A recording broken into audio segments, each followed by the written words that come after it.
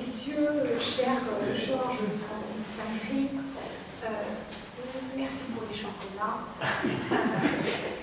merci pour le portrait, merci aussi pour le cahier des charges sur cette réunion de ce soir. D'abord, je veux vous dire, mesdames et messieurs, je suis extrêmement heureuse d'être les vôtres, d'avoir cette occasion d'échange. L'Assemblée générale vient de se tenir dans votre fédération. L'usage, si vous me permettez, c'est d'abord d'adresser mes félicitations les plus chaleureuses au bureau nouvellement élu par le mois. Peut-être que ça ne va pas. Voilà, je vais essayer de m'approcher du micro, tout ça. Donc, mes félicitations les plus chaleureuses, merci à chacun des membres de votre bureau. Et en effet, si en l'espace d'une demi-heure, vous avez réussi à mettre l'organisatrice dans sa fonction, d'autant que par ailleurs, l'organisatrice fait aussi office de photographe, si j'ai bien compris. Je pense que vos objectifs pour 2013, puisque c'est ça, l'espace de l'élection, voilà, de ce bureau, sont parfaitement atteignables, et je ne doute pas que vous allez y réussir pleinement, remportant également au passage le défi de la présidentielle de 2012. Donc tout ça me semble fort bien engagé. Je voulais vous dire très simplement que j'ai fait le choix, dans le cadre de la fonction qui est la mienne au gouvernement, aux côtés de Roselyne Bachelot, et soyez assurés que je lui transmettrai votre amitié, votre amical souvenir. J'ai fait le choix, disais-je, de me rendre fréquemment ici à Bruxelles pour aborder la question ou les questions de la voix de la France pour tout ce qui concerne la politique sociale sur la scène européenne. Mais j'aurai l'occasion d'y revenir dans un instant. Et c'est précisément en m'étant fixé cet objectif de venir à peu près 2 fois par mois pour faire entendre cette voix, évidemment en face de Roselyne Bachelot, que naturellement je me suis dit ce serait une véritable chance de pouvoir, mesdames et messieurs, vous rencontrer et peut-être faire que de cette rencontre un peu formelle de ce soir puisse naître, je dirais, une conversation plus régulière et plus constante entre nous. En tout cas, c'est ce que je suis venue vous dire. Ça n'est pas simplement un passage éclair ou une venue pour la forme, mais parce que je pense qu'il est évidemment important de nouer ce dialogue. Je pense qu'il fait partie de ma mission au gouvernement sur les questions de cohésion sociale, mais j'y reviendrai dans un moment, puisque vous les avez abordées vous-même, et que vous avez posé le sujet, la question de ceux qui, effectivement, de nos compatriotes vivant ici en Belgique, se trouvent dans une situation précaire et que nous ne devons pas oublier au motif qu'il serait un petit peu plus loin des centres décideurs. Ça, je l'ai parfaitement noté, mais pouvons y revenir. Mais aussi parce que je crois que nous avons à faire ensemble un travail militant, si vous en acceptez le principe. Et comme par ailleurs, j'ai été nommée par Jean-François Copé, conseiller politique à la cohésion sociale, et bien voilà l'occasion de joindre, si je peux dire, l'utile à l'agréable. Vous avez, je reviendrai tout à l'heure sur les éléments de mon parcours et peut-être sur ces détours que j'ai pu faire et que vous avez rappelé dans une énumération qui, je dois dire, m'a donné un relief particulier. Mais avant cela... Je mets ça sur Facebook. C'est parti. C'est très utile. Oui. Vous avez évoqué votre mission et elle est effectivement particulièrement importante. Tout naturel, donc disais-je pour moi, d'être les vôtres pour aborder un certain nombre de sujets répondant ainsi à votre invitation. Le premier, si vous en acceptez le principe, c'est de vous parler du programme européen que je me suis fixé, parce qu'il vient naturellement sans doute percuter les réflexions qui peuvent être les vôtres. Je vous le disais, mon engagement au niveau européen est fort, il est déterminé, il est résolu. Je suis en effet particulièrement attentif à l'ensemble des problèmes, des questions qui sont liées aux grands chantiers européens de ces prochaines années. Et je citerai en particulier la lutte contre la pauvreté et l'exclusion sociale, qui, comme vous savez, a fait l'objet d'une année européenne l'an dernier.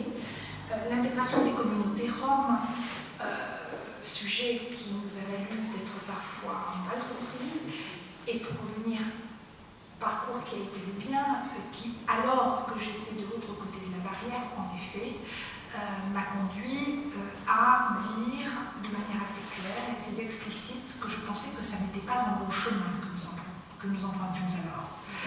Et bien que j'ai fait le choix d'entrer au gouvernement, je ne reviens pas sur ce que j'ai dit alors, parce que je pense que j'avais à le dire, que je l'ai dit en conscience, sans passion, mais en conscience. Et qu'aujourd'hui, de cette affaire, on ne s'est sans doute pas trop mal tiré, dans la mesure où nous avons pu, avec nos partenaires européens, aborder le sujet sur un autre ton, sur un autre registre, qui nous a peut-être fait un peu descendre de cette marche sur laquelle nous nous étions obstinés à rester, parlant de façon parfois un peu condescendante à nos interlocuteurs européens d'un certain nombre de sujets. Donc ça, c'est sans doute une amélioration, c'est un mieux. En tout cas, je l'ai testé tout récemment lors de la clôture de l'année européenne. Je pense que nous ne nous en sommes pas trop mal tirés, mais je pense qu'il faut que nous soyons vigilants. Parce que je pense que nos interlocuteurs ont gardé en mémoire quelque chose d'un peu désagréable et qui nous y renvoie fréquemment. Je parlais de l'intégration des communautés roms, je veux naturellement parler du développement d'égalité des genres, qui est un sujet qui m'importe beaucoup, pour pas mal de raisons, certaines vous pouvez les imaginer. Je pense que l'approche par le genre est une approche contemporaine intéressante et renouvelée de la question de l'égalité homme-femme. L'idée étant d'aborder la spécificité du genre, sa contribution particulière, plutôt que de rester sur le registre de la revendication égalitariste qui, me semble-t-il, est arrivée un peu au terme de son parcours. La mise en œuvre, évidemment, d'un sujet que vous avez évoqué, qui est en quelque sorte le combat de ma vie, c'est la question, effectivement, de l'inclusion sociale de nos compatriotes handicapés. Vous avez rappelé que j'avais, dans un premier passage au gouvernement, Jean-Pierre Raffarin était alors Premier ministre, était secrétaire d'État aux personnes handicapées. J'ai eu l'occasion, dans ce contexte-là, de faire adopter la loi du 11 février 2005 portant égalité des droits, des chances, participation et citoyenneté de nos compatriotes handicapés. Je tiens beaucoup à ce texte, non pas tant parce que je l'ai fait adopter, mais parce qu'en fait, il définit des principes qui me semblent extrêmement importants pour l'inclusion sociale de nos compatriotes handicapés. Un principe tout simple, notamment, c'est celui qui dispose que tous les enfants de la République doivent pouvoir être éduqués à l'école de la République, même ou surtout si ce sont des enfants porteurs de handicap. L'idée toute simple que la société doit accomplir un effort permanent pour se rendre accessible, et pas simplement dans ses conditions physiques d'accès, mais également dans son intelligibilité, dans son attention aux plus fragiles. La politique du handicap, qui nous permettra effectivement, je le pense, d'entrer dans ce dialogue avec nos partenaires européens, pour lesquels, me semble-t-il, vous êtes, vous ici, français résidents en Belgique, en effet, autant d'ambassadeurs, autant de témoins, et sans doute autant de repères pour ces politiques domestiques dont vous pouvez porter témoignage. Dès lundi prochain, je reviendrai ici à Bruxelles pour participer au prochain Conseil européen sur l'emploi, la politique sociale, la santé et les consommateurs. Je suis extrêmement investie sur l'ensemble de ce champ parce que je crois que nous avons beaucoup parlé de convergence fiscale, nous avons beaucoup dialogué avec notre partenaire allemand sur des questions économiques.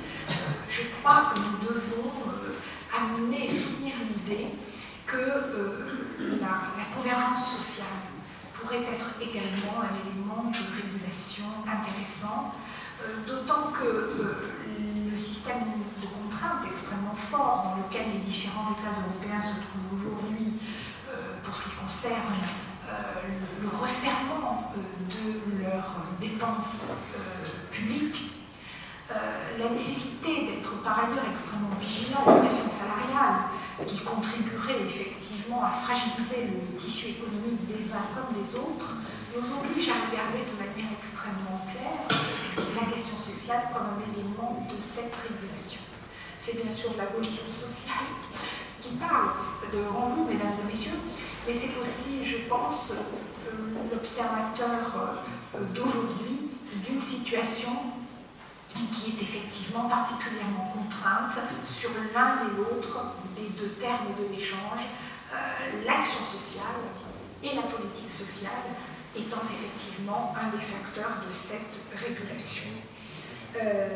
Vous êtes tous évidemment extrêmement sensibilisés parce que vous êtes ici, parce que vous avez fait les choix personnels que vous avez faits, extrêmement sensibilisés aux enjeux que représente pour nous la construction d'une Europe politique, d'une Europe économique et d'une Europe monétaire. Je suis évidemment toute désireuse dans l'échange que nous pouvons avoir peut-être à la fin de cette intervention, de vous entendre sur ce sujet et de partager avec vous des convictions. Nous avons par ailleurs besoin de convaincre nos compatriotes, et je pense en particulier à ceux qui résident sur le territoire national, du visage d'une Europe beaucoup plus concrète, beaucoup plus pragmatique et beaucoup plus humaine, beaucoup plus personnelle, personnalisable, si je puis dire, qui pourrait s'approprier et qui permettrait effectivement de renforcer sur ce point leurs convictions qui sont fragiles. On a échappé au spectre du plombier polonais, mais à travers les services sociaux d'intérêt général, notamment, qui font partie maintenant des nouvelles inquiétudes de nos associations françaises, nous voyons bien que cette propension à s'inquiéter d'un danger européen reste extrêmement forte dans l'esprit de nos compatriotes.